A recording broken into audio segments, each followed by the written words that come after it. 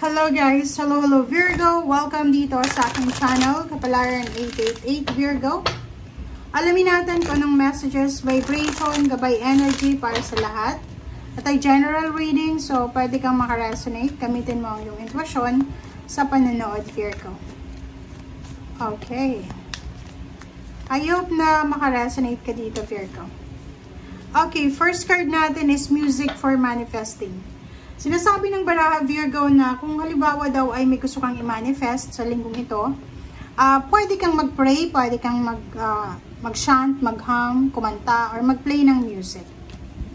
Okay, tingnan natin.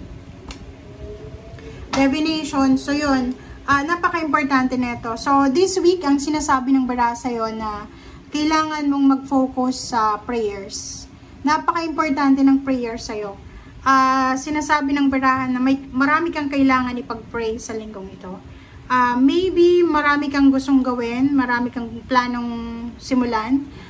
Napaka-importante na isang guni mo siya. You need to parang sabihin siya sa ating universe, sa ating Panginoon, kung talagang yung plano mo yan ay align sa gusto nila. Okay?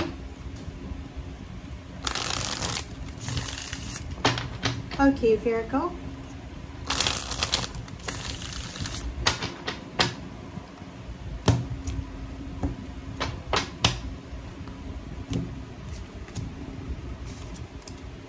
Okay, Virgo.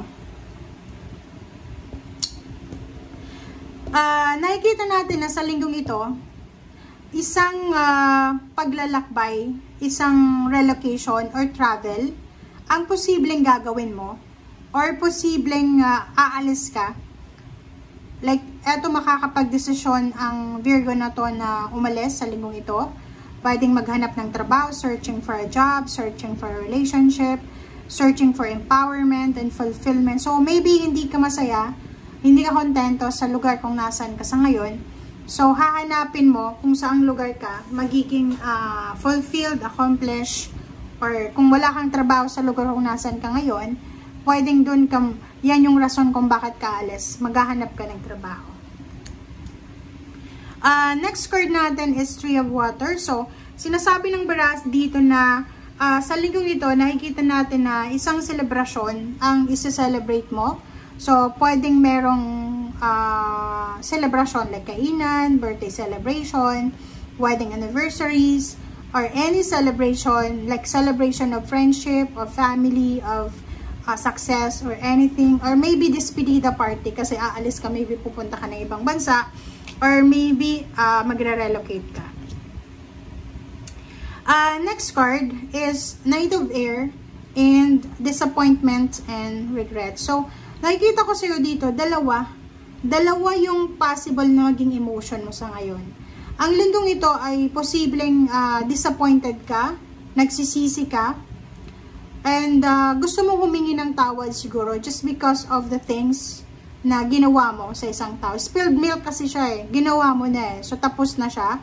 But pinagsisisihan mo kasi pwedeng malaking bagay ito sa'yo. So, maybe trabaho, negosyo, or tao na naging mabuti sa'yo. So, Knight of Air, sinasabi ng bara sa'yo na may iba ditong Virgo, especially yung mga Virgo na first time lang silang magtatrabaho sa ibang bansa, or first time nilang magtrabaho, maghanap ng trabaho. Sobra-sobra silang determinado and motivated sa purpose nila.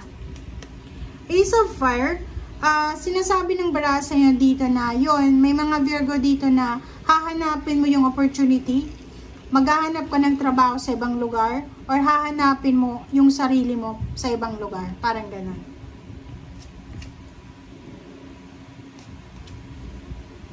Dito din sinasabi sa Virgo na meron kang goals na hinihintay, maybe naghihintay ka ng confirmation sa company na pinag-a-applyan mo, naghihintay ka ng confirmation sa international work na ina-applyan mo, nag-aantay ka ng visa, ng contract signing, nag-aantay ka ng confirmation.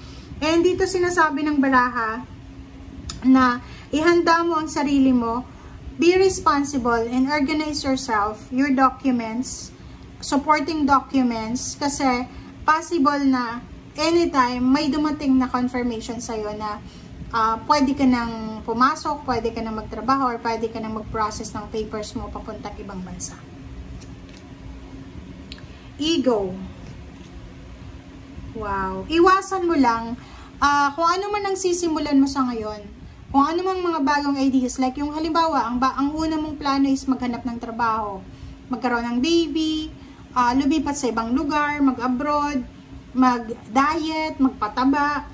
Dito sinasabi, iwasan mo lang yung sobra-sobrang illusion, materialism. Iwasan natin yung pagiging egoistic, yung pagiging selfish. And iwasan natin yung, kumbaga, chismis, yung pagbabackstab. And at the same time, iwasan natin na, yun, traidorin yung mga taong tumulong sa atin. Kasi yun yung pinaka-importante na kailangan mong gawin. May kasabihan tayo na kung hindi ka makakatulong, huwag ka nang gumawa ng problema. Parang ganun. So, and maniwala ka sa karma. Kaya nga may divination and music for manifestation ka. Kasi napaka-importante yung prayers. Kasi, alam mo ba, kung masama yung mga ginagawa ng tao, hindi, kahit anong pray ng tao, hindi yan mangyayari. Walang manifestation kasi nabablock yung blessings ng mga masasamang gawain. Okay? So, yun. And Queen of Earth, sinasabi ng bara sa'yo dito na yung motivation mo and yung determination mo sa buwan ng Hunyo, lalo yung mga iba na gustong maghanap ng trabaho, gustong maghanap ng negosyo, magtrabaho sa ibang bansa, ang motivation nyo is yung magkaroon ng financial freedom. Ang motivation nyo yung makaipon ng pera. Ang motivation nyo yung palagi kayong may pera. And sinasabi ng bara sa'yo dito na mag-iingat ka sa mga susunod mong mga gagawin.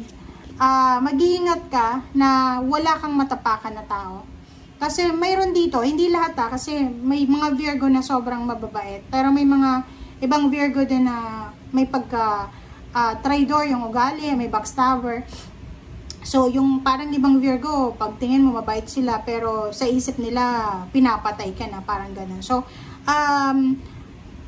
dito sa barahang to, sinasabi ng baraha sa inyo dito na mag-iingat kayo kasi ang dami-daming blessings na pwedeng dumating sa buhay nyo.